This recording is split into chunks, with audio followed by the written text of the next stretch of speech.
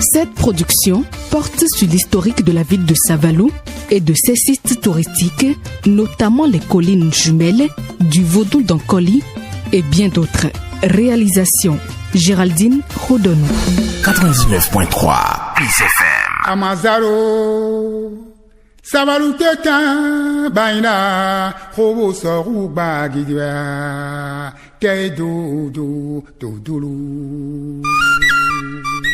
Savalou est une commune du Bénin située au centre-sud du pays dans le département des Collines. Elle regorge de nombreux sites touristiques, d'histoire, de culture et de croyances. Les rythmes les plus connus et appréciés des populations de Savalou sont entre autres le Tchenkoumé, le Toba, le Ranyé et le Avonlé. Le royaume de Savalou est fondé au début du XVIIe siècle par le roi Sora Gbagidi Ier et s'étendait sur un territoire correspondant approximativement à la moitié ouest du département des Collines au centre de l'actuelle République du Bénin. Savalou est avant tout le royaume de la grande famille des Gbagidi. Elle signifierait en l'honneur de l'amitié. Hommage de Ahossou Sora, fondateur de Savalou, à Rouegbadja, roi d'Abomey. Ahossou Sora Gbagidi Ier était chef de file d'un groupe de migrants partis de Tado, actuel Togo.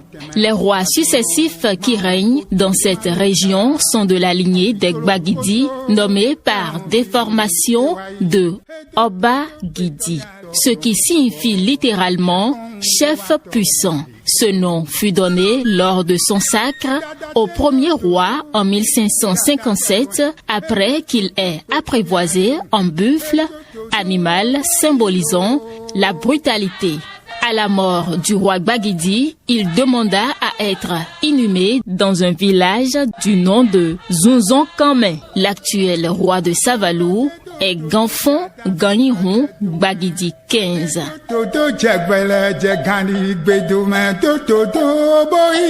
Le prestigieux palais royal de Ronounkon, situé au pied des collines, est un gigantesque lieu qui regorge plusieurs œuvres d'art. À l'entrée se trouvent des statues de femmes qui accueillent des statues des esclaves d'antre-temps et l'arbre généalogique des différents rois ayant dirigé le royaume. D'une architecture imposante à la clôture flanquée de sculptures massives d'animaux, le palais royal est un patrimoine culturel matériel qui cache bien des secrets. On trouve également des statues des animaux les plus redoutables de la forêt dans le palais royal, signe de la témérité et de la résistance du royaume. Ce palais existe depuis la création du royaume. Il a été rénové par le roi Tossor Gbagidi XIII avec l'appui de ses partenaires. Aux portes de la ville, on peut voir une grande statue en terre cuite au centre d'un parc qui représente le roi Sora. Cette dynastie est toujours en place. Notre guide touristique Thierry nous explique les événements successifs qui ont conduit à l'installation des premiers occupants de la ville, principalement de la région de Doissa. À Savalou, parmi les premiers occupants, il y avait les Yoruba. Ce sont ces Yoruba qui ont été déguerpis par la guerre d'Abomey, qui ont fui. En fuyant, d'autres se sont arrêtés dans le village proche, qui s'appelle Doissa. En réalité, c'était une rivière qu'on appelle Odo, en Yoruba. Et ceux qui étaient là premièrement, c'est des hommes Icha, qu'on appelle Odo Icha. Donc quand je vais aller les voir, je vais à Odo Icha. Alors ils sont là. La guerre n'a pas fini et de jour en jour, ça prend d'ampleur. Si bien que certains, pour mesure de sécurité, ont décidé de quitter encore Odo Icha là, pour s'éloigner de l'autre côté. Certains ont préféré aller derrière la colline, Epa, Meniki, pour se réfugier là-bas, toujours pour mesure de sécurité. D'autres se sont dit non, on a déjà quitté quelque part, les gens nous ont chassés, on va rester ici. Alors, c'est un jour que les guerriers sont venus les détruire. À Odoïka, encore ici. C'était un fui. Et il y avait une vieille qui est de réputée internationale en matière de sorcellerie. Mais elle a dit que l'autre, elle va rester. Parce que elle ne peut pas subir cette honte-là 2 fois. Alors, un jour, un de ses petits-enfants allait au champ. et il a mangé qu'on appelle poids d'Angole et le ventre était tellement ballonné et en passant, les enfants lui disent mais qu'est-ce que toi tu as mangé, tu as le ventre ballonné comme ça, vous les Nago là vous avez trop mangé. Donc le petit, il a porté la main sur l'autre et la bataille a fait que comme elle était la seule là, elle n'a pas pu résister. Les gens lui ont dit si elle ne quitte pas la soirée là, que c'est son apogée quoi. Elle a quitté et étant vieille, elle ne pouvait plus marcher correctement. C'est là elle était venue ici en allant en fuyant. Elle est venue s'adosser au pied d'un arbre.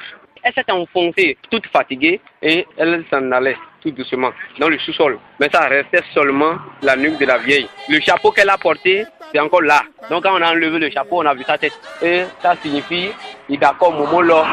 Idako Momolo, ce qui est devenu aujourd'hui Dankoli.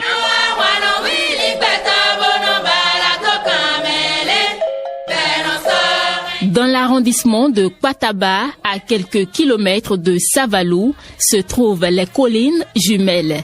La première, qui est la plus grande, est appelée Oké-Djagou et la deuxième, la plus petite, qui est Oké-Momon. Elles sont les plus hautes collines du département et offrent une vue impressionnante sur la chaîne des collines et toute la région. Vous avez la grande colline qui est Oké-Djagou, qui est en réalité la colline de Djagou. Oké qui veut dire colline et Djagou qui est le roi. Alors, les premiers occupants ont quitté toujours Nigeria. Alors, ils étaient là quand il y a quelqu'un qu'on appelle Djagou. Djagou, c'est un guerrier. Alors, ils ont été chassés de quelque part et ils poursuivaient leur voyage jusqu'à arriver quelque part après Gouka où on appelle Okiara. Donc, le roi était accompagné quand même de tout son cortège et arrivé là-bas, il s'est éteint parce que il a reçu déjà pas mal de coups. Il s'est éteint là. Il y a une petite colline là où il s'est éteint et on l'a enterré là, on appelle ça Okiara. Alors, ils étaient venus ici voir les premiers occupants. Mais je vous avoue que ceux qui sont venus avec Djagou en réalité sont des riches. Quand ils sont venus, il y avait un vaudou sous la colline que les gens adoraient. Maintenant, quand ils sont venus, ils sont devenus des voisins des premiers occupants. Petit à petit, ils ont commencé par négocier avec ceux qui sont là parce qu'ils sont pauvres. Et c'est des gens qui n'aiment pas sortir aussi l'argent, c'est-à-dire ils sont pingles quoi. Alors, comme eux, ils sont riches, ils ont voulu contrôler alors le territoire. Et c'est là ils ont négocié. Chaque fois, ils devraient envoyer un bœuf pour aller adorer le vaudou. Mais du fait que les premiers occupants n'ont pas l'argent, c'est comme ça, les Djagou ont dit, si c'est ça, nous allons vous offrir le bœuf. Maintenant, le vaudou revient comme notre patrimoine. Et c'est comme ça a été légué, ça a été vendu en réalité. Et la grande colline est devenue Oké-Djagou. Sa femme, c'est Momon. Et petit à petit, en consultant les oracles, ils ont vu que en dehors de Nonké qui est caché, c'est le vaudou là qu'on appelle Nonké, qui est caché sous la grande colline. Il y a encore un autre vaudou qui est caché sur la petite colline. Et le vaudou est femelle, voyez-vous. C'est pourquoi le roi étant masculin, on a accordé le premier vaudou, on dit Oké-Djagou, et le deuxième vaudou étant féminin, on dit Oké-Momon. Toujours dans le même arrondissement de Kwataba se trouve le palmier à 7 troncs de Miniki. En voyageant dans la ville de Savalou, vous pouvez partir à la découverte d'une sorte de mare où se logent les crocodiles. C'est le site de Wessé. Ce site se trouve en effet juste à l'entrée de la forêt appelée des Roinzons. Après le site de Wessé, il y a le palmier à huile à 7 branches situé dans le village de Kwataba. Celui-ci est une sorte d'arbre sur lequel des adeptes font souvent des sacrifices comme symbole de vénération. La cérémonie se fait chaque année. Sur le côté droit de la route se dresse le vaudou d'Ankoli. Ce dernier est un fétiche dressé autour d'un tronc d'arbre qui a un grand pouvoir où les adeptes viennent pour y faire des vœux. Tous ceux qui viennent lui demander quelque chose enfoncent dans le sol au pied du fétiche des petits pieux en bois. Lorsque la promesse est réalisée, l'intéressé y revient faire des sacrifices ou offrandes selon son degré de satisfaction. C'est ce que nous explique Thierry, notre guide touristique. C'est ici qu'est érigé le vaudou d'Ankoli. Si vous voulez lui adresser un message, vous vous déchaussez et pendant que vous faites vos demandes, vous enfoncez le bois dans la terre. Il prend toutes sortes de sacrifices poulet, mouton, canard, œuf. C'est selon votre capacité que vous lui apportez vos offrandes après satisfaction. Vous souhaitez évoluer professionnellement ou que votre femme qui a des difficultés à enfanter puisse avoir des progénitures ou encore vous êtes au cœur des conflits pour entrer en possession d'un terrain qui vous appartient.